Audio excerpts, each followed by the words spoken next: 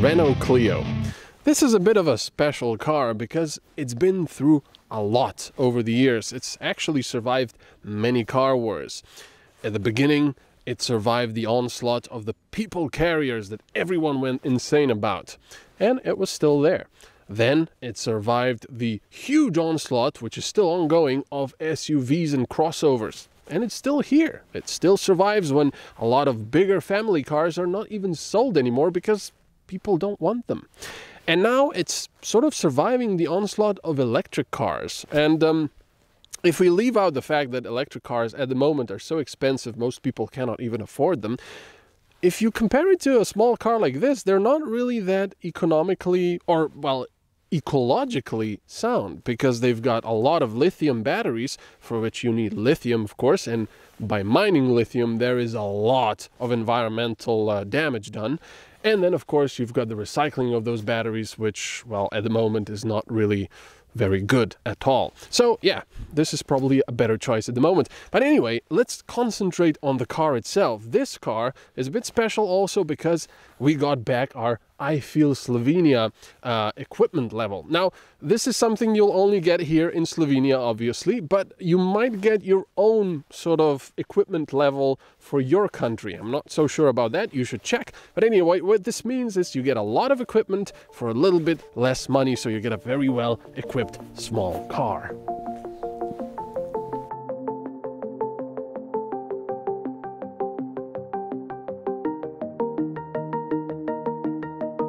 Clio has been very much updated over the last couple of generations, which made it prettier, much better made, as well as having a more luxurious feel on the inside.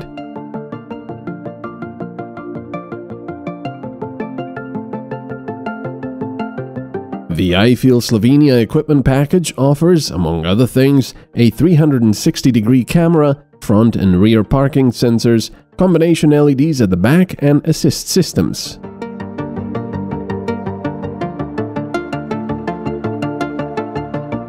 The trunk isn't tiny, but it does have a very high lip, meaning loading and unloading heavy or large items will be a bit of a chore.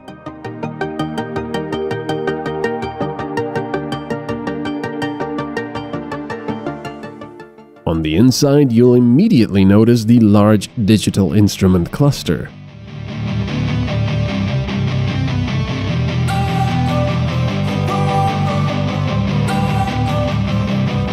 Don't wanna sleep in, cause I got something to prove. I gotta take what I hate and finally make a move. I think of you and... I've driven a fair few Clios by now, doing all this car stuff, and I'm always sort of pleasantly surprised by how fun a little car like this can be. And actually how much better Clios have gotten over the years. I mean, even with the previous generations, they were pretty good, but now it's really getting up there. I mean, you really feel like you're in a car that costs a bit more than what it does. Of course, this one does have extra equipment and so on, but it is very nice. I mean, the leather-wrapped steering wheel and the leather-wrapped gear shifter, for example, it's just 100 euros extra. I know that's maybe easy to say, just 100 euros, but it does feel very, very nice. And the handling and all of that, it's very, very nice for a tiny car like this. The only thing that I don't... That was an interesting maneuver. The only thing that I maybe give it a bit of a minus for is that probably because of its short wheelbase, or maybe because it's a little firmer, it can be a little bit bouncy on damaged roads. So you go... But apart from that, it's actually quite comfortable. So if you wanted a bare bones car, you can get this Clio for about 12,000 euros, depending on the country.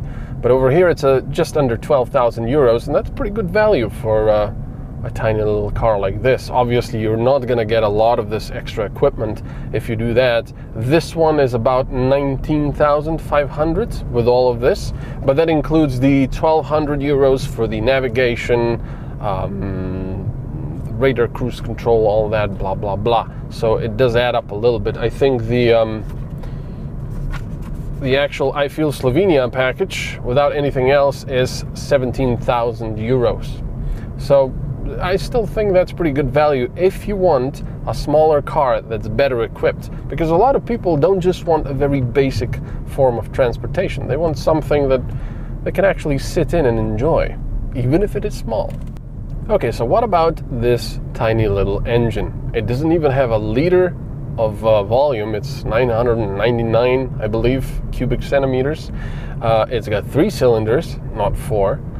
And it's got a 6-speed manual. That actually shocked me a little bit, because usually nowadays when you see cars with these tiny engines, they don't even bother to put in 6 speeds. They put in 5 gears, which I think it's a bit weird. I know it's cost saving and all of that, but the 6th gear really allows you to also do some highway driving without drinking too much fuel, and still have that nice elasticity in the city. But for anyone that hasn't seen my videos yet, you won't know, and for those of you who have seen, you will know that I am not a fan of 3-cylinder engines. Some people like how they sound. I can take it or leave it, but I don't like how sort of floaty they feel. They don't feel as powerful, obviously, and sometimes it just feels like you're going to choke it if you're trying to get off the line at a traffic light. Having said that, would I buy a 3-cylinder engine? Probably not, but if I had to have one, I do have to admit I probably wouldn't mind this one. I mean, it has 67 kilowatts, which is not even 100 horsepower.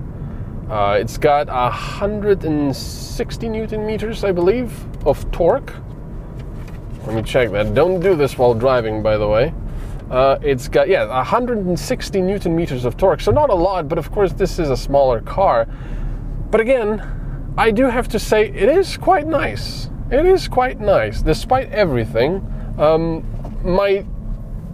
My statement still stands for all 3-cylinder engines. When you're driving in a city and there's a lot of stops and starts, if you have a manual gearbox, I don't know, I just feel like I'm choking the engine sometimes when I'm trying to get off the line, and it feels sometimes a bit underpowered.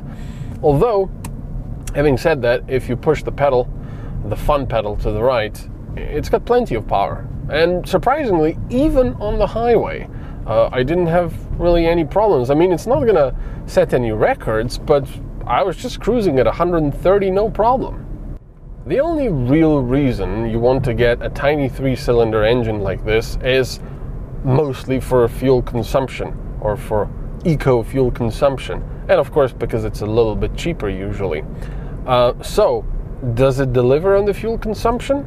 Well, my average fuel consumption, and I've reset it and then drove reasonably economically, is 6.3 liters per 100 kilometers. Now, that might seem a little bit high for a tiny engine like this, and they're given numbers on WLTP cycles is about 5.2 to 5.7, I believe, liters per 100 kilometers. But I did drive this in the city a little bit with light traffic and a bit of start and stop, and also on the highway at 130 and then 110. There was a stretch of 110. And that was about, I don't know, 100 kilometers all in all. And the fuel consumption has gone up now to 6.4. So it's not actually that bad. It's definitely a car for lower speeds, I would say, if you want to save on fuel, just like with any car, I guess. But because it is a small engine, it always shows with small engines when you go on the highway. They drink a lot more than you would expect. So I was getting 6.5 to 7.5, sometimes almost 8 liters per 100 kilometers on the highway at a constant speed with the speed limiter on. So, final thoughts before I turn this into a novel or something, and a 2-hour video. I really like it. I really like the digital instruments. I think they're fantastic. They look good. They've got very clear graphics. They're very nice graphics. You can also customize it a little bit. You can also select different instrument visuals that you like sport and eco and this and that. You've got this big infotainment screen. You've got radar cruise control. You've got LEDs at the front. You've got all sorts of assistance systems. I've got well, that's part of the radar cruise control that looks at how far you are from the car in front. You've got emergency braking. You've got traffic sign recognition. You have lane assists, and so on and so forth. And it's a nice little comfortable car. I mean, every time I'm quite surprised by these little things. They're fun. They're nice. The base Clio starts at 12,590 euros. For the I Feel Slovenia one and some extras, you'll be paying 19,400 euros.